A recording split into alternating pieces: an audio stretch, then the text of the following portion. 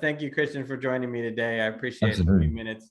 We're here to actually talk about another really good movie you're a part of called Witch Hunt, Yeah. in which you play Detective Hawthorne. Uh, Yeah. do you want to tell us a little bit about him? Well, I mean, there's really not much on the page other than he's just on a mission to do his job. It's funny. I'm playing this witch finder general in this show on Apple TV Plus called C, and then I'm playing this Detective Hawthorne who's, a witch hunter himself. And there's this sort of,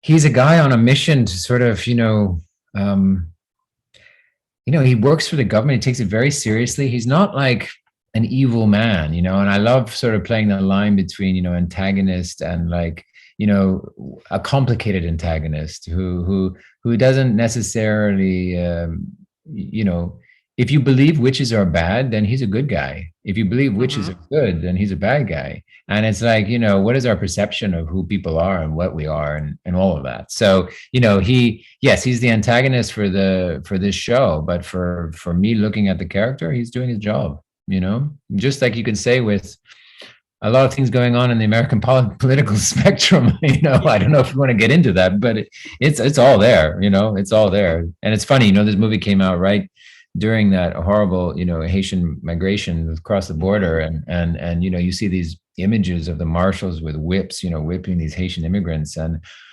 it's horrifying. But you talk to that border agent, and he's doing his job. That's Right. what he feels. He feels like he's doing his job. And so, it's not that I feel necessarily empathy or compassion, which I do. I would hate to be on that horse. I'd hate to have that responsibility to try to, Mm-hmm. push back desperate people in need.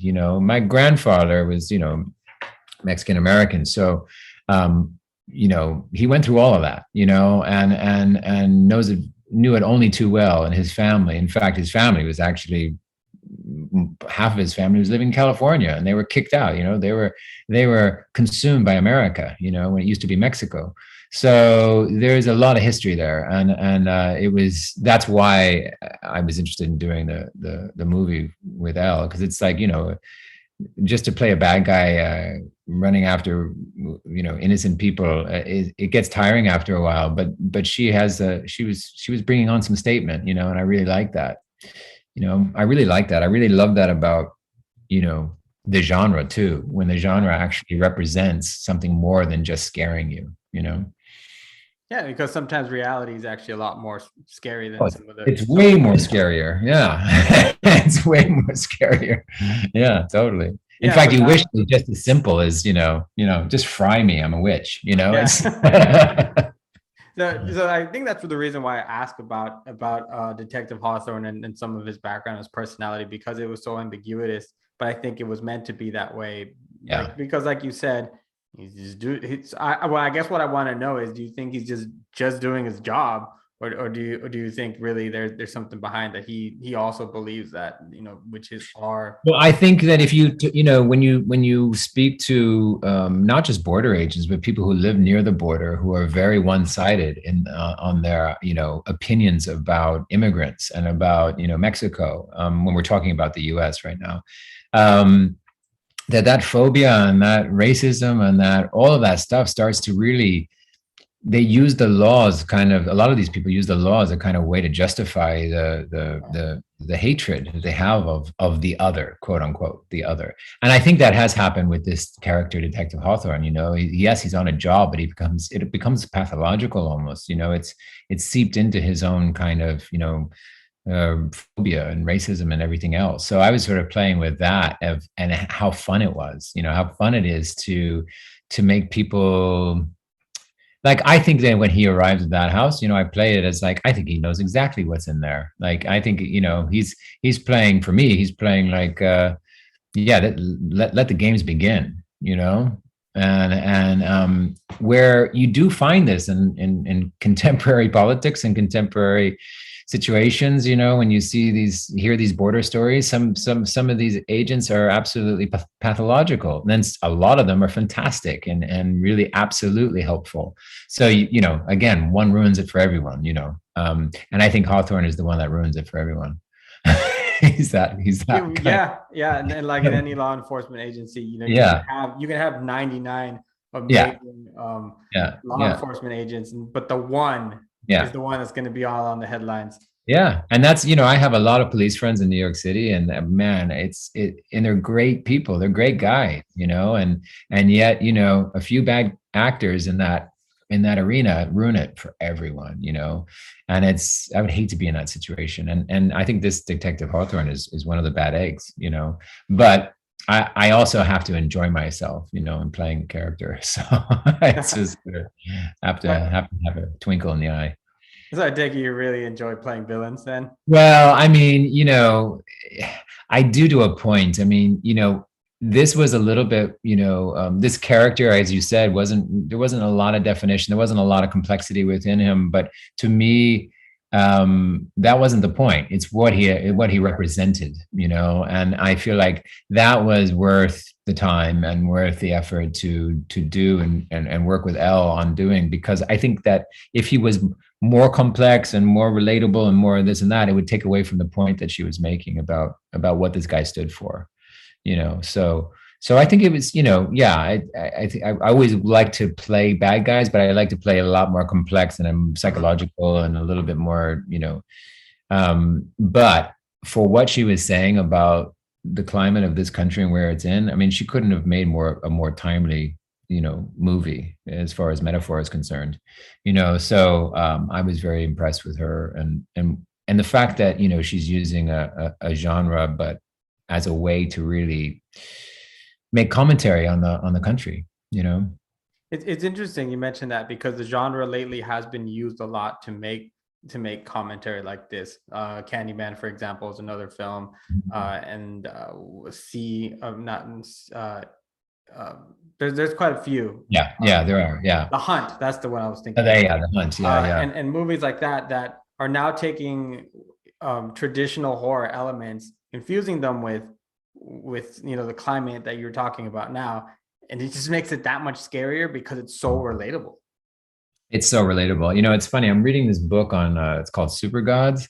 It's all about the superheroes. The creation of superheroes and Superman and Batman and the Joker and all these things, and they were all created as sort of social commentary, which was all sort of super relatable.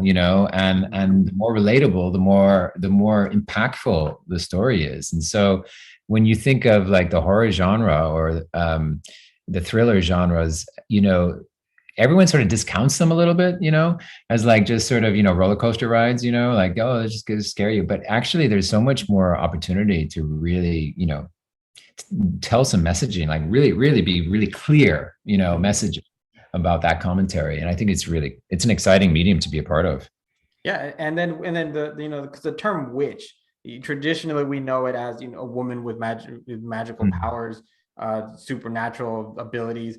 But if you look at our history, the term witch is actually more of a political, just the word I'm looking for, hunt, a political, Yeah. where it was actually just women who were living outside societal norms, and they Yeah. needed a way to control them and get rid of them.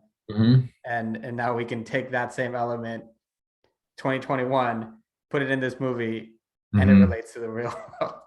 100%. It's like, the Salem witch trials, how many years ago were those, and not much has changed. It's like this, we're a very slow, I mean, someone described the human race as like a big aircraft carrier. It just takes forever to turn, and we're just a mass of people that just take so long to turn around.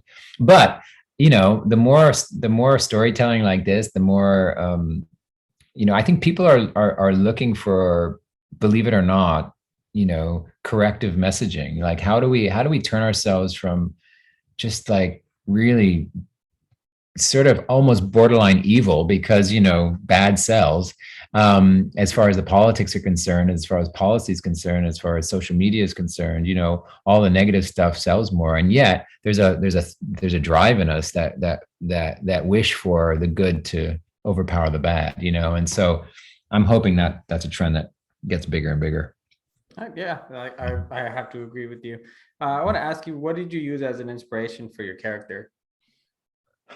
Um,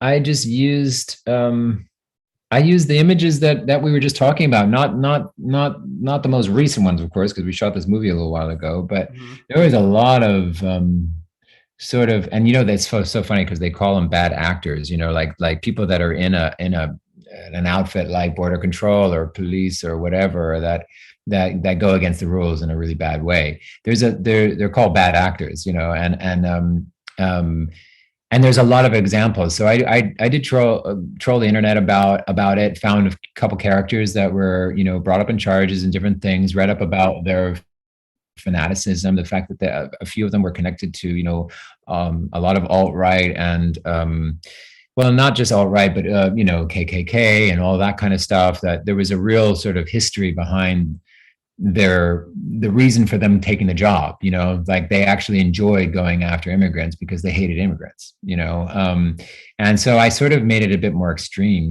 for him, his backstory, even though it's not in the film, Right. but and that sort of informed my sort of joy, like that he was really taking some joy in harassing these people.